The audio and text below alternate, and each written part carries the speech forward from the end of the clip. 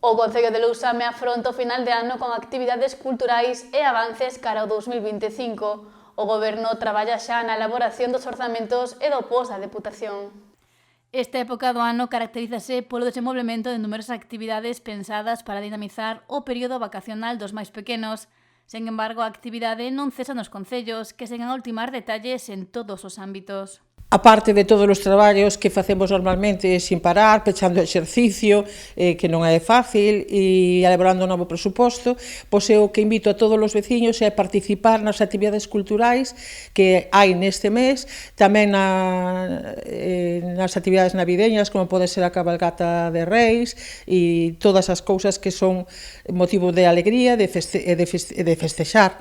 E despois tamén que participen nas probas deportivas, que hai moita xente involucrada, traballando e que leva unha preparación longa, tanto para ter os traxectos acondicionados, como para apuntar a xente, tanto no Peque Trail, como no trail de fin de ano. Ao longo de todo o mes de decembro, Lousame estivo cheo de actividades como a estrea do Belén de Cures.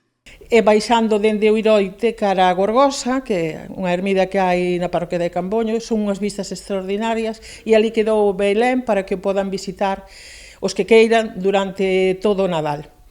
E nada máis, o sea, despois estamos buscando, o sea, seleccionando proxectos para o pos, todo o traballo que hai que facer todos os anos a fin de ano, cerrando o presuposto 2024 e empezando a elaborar o 2025. Aí estamos. Traballos previos que sinala Villaverde son moi importantes para pechar neste final de ano para comezar o 2025 cunha ruta fixada. Ainda estamos pechando algunhas que viñeron no post complementario a fin de ano e están agora sendo licitadas, e outras que xa están licitadas pendentes de empezar. Hai varias obras que están agora en marcha por todas as parroquias.